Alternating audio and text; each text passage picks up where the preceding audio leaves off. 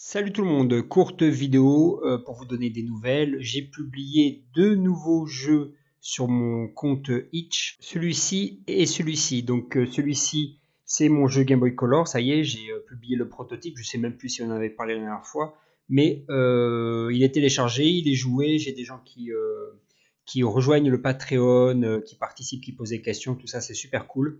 Il va y avoir bientôt une mise à jour sur le projet pour ajouter la grande ville avec le casino, la boutique, tout ça.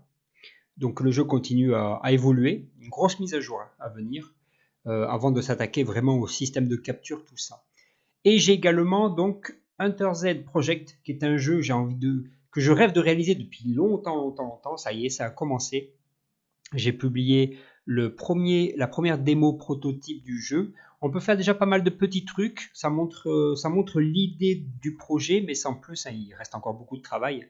On peut récupérer des loots, casser des arbres, tout ça, enfin des blocs. Ça montre pas mal de choses. On peut sauter, s'accroupir, tout ça, tuer des zombies. Il n'y a pas de son, il n'y a pas de musique, il n'y a rien. C'est très bizarre quand on joue au jeu, mais c'est vraiment pour montrer le potentiel. En tout cas, si vous avez besoin de beaucoup plus d'informations, vous avez tout ça sur le Patreon. Vous pouvez tester si vous le souhaitez et me dire même ici en commentaire ce que vous en pensez. Il y a encore beaucoup de travail à faire, hein. C'est réalisé sur Godot, le jeu Hunter Z. Ça m'a jamais vraiment intéressé. J'ai toujours trouvé Unity ou même Unreal beaucoup plus cool. Mais Godot, franchement, je savais pas, mais il y a vraiment du potentiel. On peut faire vraiment des chouettes trucs. J'ai vu des gros jeux réalisés sur Godot et vraiment, il y a du potentiel, donc je vais continuer à développer le jeu sur Godot. Parce qu'il faut savoir qu'à la base, le jeu était donc réalisé, enfin, on l'avait commencé sur Unity. Finalement, j'étais pas satisfait, et sur Godot, là, c'est vraiment parfait. Le jeu avance bien, il ressemble vraiment à ce que j'ai toujours rêvé de créer pour ce projet Hunter Z. Donc c'est vraiment très cool. Je suis vraiment très content. N'hésitez pas à tester ce prototype. Il n'y a pas grand chose à voir, mais ça montre quand même un bon début de à quoi ça pourrait ressembler. Mais il manque les bâtiments, les villes abandonnées, les hordes de zombies avec vraiment des animations qui font flipper, tout ça, machin. Il y a encore beaucoup de travail. Mais là, on a une bonne base. Et il y a deux jeux qui vont bientôt arriver. Deux jeux en plus. Vraiment, en ce moment, ça bosse beaucoup, hein. Vraiment, là, je suis en train de créer tout un tas de jeux. Il se passe beaucoup de choses. C'est vraiment intéressant. Les choses bougent bien et bougent vite. Ça va très vite. Le thème principal de cette vidéo, le sujet principal, c'est Kickstarter. Ça faisait longtemps qu'on n'avait pas parlé de Kickstarter. Regardez, là, nous sommes sur Kickstarter, la page des jeux qui ont été mis récemment en ligne. Ici, nous avons même un jeu RPG Maker. Je le remarque tout de suite à l'écran titre avec ici la fenêtre nouvelle partie, continuer tout ça. C'est du RPG Maker, voilà, pur et dur. Et ici, nous avons un jeu NES qui fonctionne très bien, évidemment, parce que je l'ai toujours dit et je le répéterai toujours, les jeux rétro, NES, Game Boy, etc. sur Kickstarter, si vous voulez gagner de l'argent à coup sûr, les jeux rétro sur Kickstarter, c'est une mine d'or, vous faites de l'argent facile. Kickstarter, pour cartonner, il faut lancer un projet rétro. C'est aussi simple que ça, je continuerai à le répéter autant de fois qu'il faut. Mais on va regarder à quoi ressemble ce jeu d'horreur NES après. Mais le but, c'était que je voulais vous montrer ceci aussi. C'est un jeu d'horreur PC réalisé sur Unity. Comment je le sais? Parce que je reconnais le template. C'est exactement le même template que mon jeu de survie ici. Exactement le même, je vais vous montrer. Voilà à quoi ressemble le jeu. J'ai coupé le son évidemment pour pas avoir de problème avec YouTube. Mais vous voyez, il y a une grande map, ça, regardez. Bon, c'est le même système que moi, où on peut poser des objets, construire tout ça. Il y a des NPC ennemis apparemment. On peut jouer en multijoueur aussi apparemment, ou alors on est aidé par des NPC, je sais pas trop, mais le jeu a l'air bien plus complet en tout cas que le mien déjà. Et le jeu a l'air vraiment fun. Vous voyez, on dirait qu'il y a des NPC qui peuvent nous aider à couper du bois, tout ça. Un peu comme The Forest 2. Donc c'est vraiment très cool, hein. Et vous voyez, il est prévu sur Steam, tout ça. Mais qu'est-ce qui fait que ça ne prend pas? Personne n'a donné pour ce projet, il reste 33 jours, hein. Le jeu a débuté sur 2 mois. Et personne n'a donné 1 euro. Si on va regarder les récompenses, il y a donc supporter pour 15 dollars canadiens. On a notre nom dans les crédits et remerciement spécial. 60 dollars canadiens, la version digitale, donc le jeu, avec donc une clé Steam. Et si on descend un peu, on a le VIP Survivor pour 110 dollars canadiens. Donc là, on a quoi en plus? Le VIP crédit, un VIP crédit. Voilà, bon. The Legendary Survivor pour 10 000 $ canadiens. Qu'est-ce qu'on a en plus? Un protagoniste à notre nom, un NPC à notre nom. Donc ça, c'est ultra limité. Hein. Et après, le blabla habituel. Mais on a un NPC à notre nom, si je comprends bien.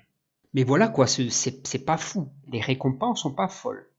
Il n'y a pas d'éléments physiques, mais il y a tout de même un jeu qui a l'air assez sympa. On peut avoir une clé sur Steam, tout ça, être dans les crédits. Pourquoi pas? Ça peut être cool.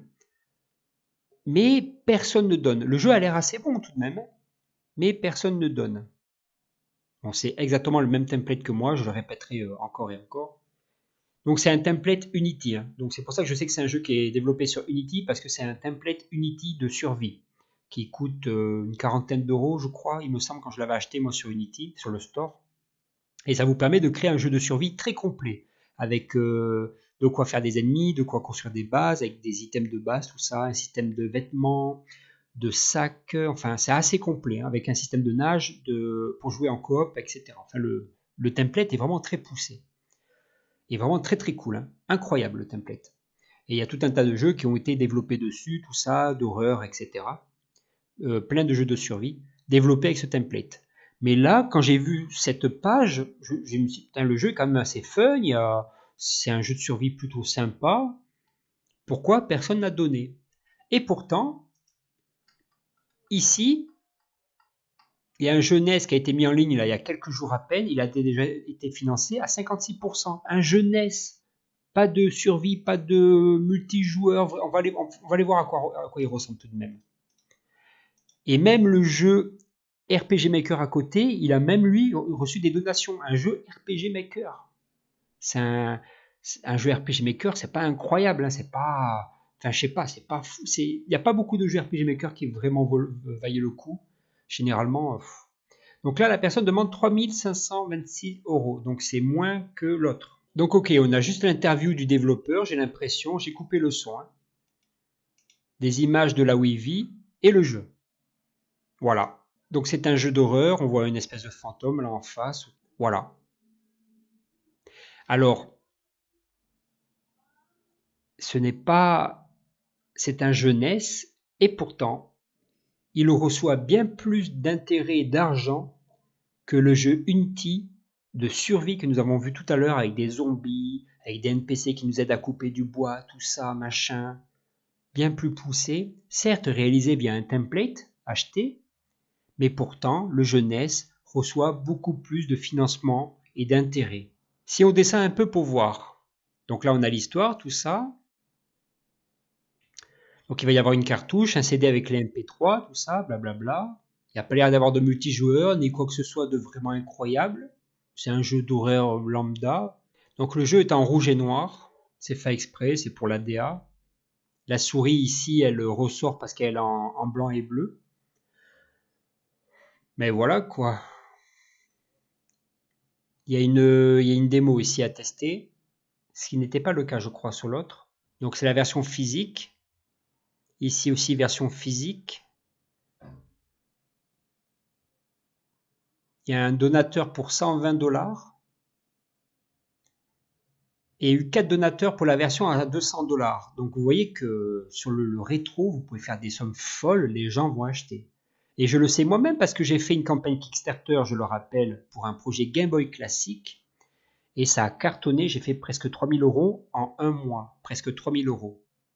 Plus que mon contrat CDD à côté. Donc des fois, ne croyez pas, parce que moi c'était mes croyances au début aussi quand je m'étais lancé sur Kickstarter, je me disais, oh, parce que mon premier projet lancé sur Kickstarter, ah non, c'est pas mon premier projet, mais quand j'ai lancé moi un projet comme ça sur Kickstarter, pareil, j'ai fait 0 donation avec le même template. Le jeu que je vous ai montré tout à l'heure sur Itch, je l'ai proposé au tout début, je l'ai proposé sur Kickstarter avec la promesse donc de le continuer, tout ça machin, avec quelques récompenses numériques. Et le but était d'avoir d'avoir un public de gens intéressés par l'histoire, ce que je voulais proposer dans le jeu, tout ça. Et j'ai eu 0 donation. Tout comme lui, finalement. Donc même si j'avais fait un jeu plus poussé de ce que j'ai sur Itch, ça aurait pas marché non plus peut-être. Enfin, il y a des grandes chances que ça aurait fait un échec comme ici. Mais par contre, Si vous voulez fonctionner sur Kickstarter, proposez un jeu NES, Game Boy, des choses comme ça. Et là, c'est sûr, ça va cartonner, vous allez réussir votre campagne. Si vous voulez réussir votre campagne, vous ne lancez pas dans un jeu Unreal ou Unity.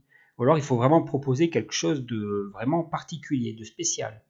Si vous voulez vraiment avoir de grosses chances de fonctionner sur Kickstarter, il faut vraiment proposer un projet réalisé sur NES ou sur Game Boy Color, des choses comme ça. Mais si vous voulez lancer un jeu, si vous voulez réussir ce Kickstarter, ne lancez pas un jeu de survie réalisé sur Unity, Unreal ou autre, un jeu d'horreur ou un jeu de voiture ou je ne sais quoi, ou une espèce de copie de GTA, ça ne fonctionnera pas. On l'a déjà vu plusieurs fois sur mes vidéos précédemment. Même si vous voulez faire une copie de GTA 6, ça ne marchera pas. Pourquoi? Parce qu'il existe déjà GTA 6 et il n'y aura pas d'engouement. Il faut vraiment se focaliser sur des jeux rétro pour vraiment accrocher un public qui n'aime que ce genre de jeu. Et là, vous êtes sûr que ça va fonctionner parce qu'il y a vraiment un public, il y a vraiment une clientèle pour les jeux rétro. En tout cas, les gens vont se laisser là-dessus. C'est vraiment une courte vidéo. Je voulais vous donner des nouvelles sur mes jeux en développement.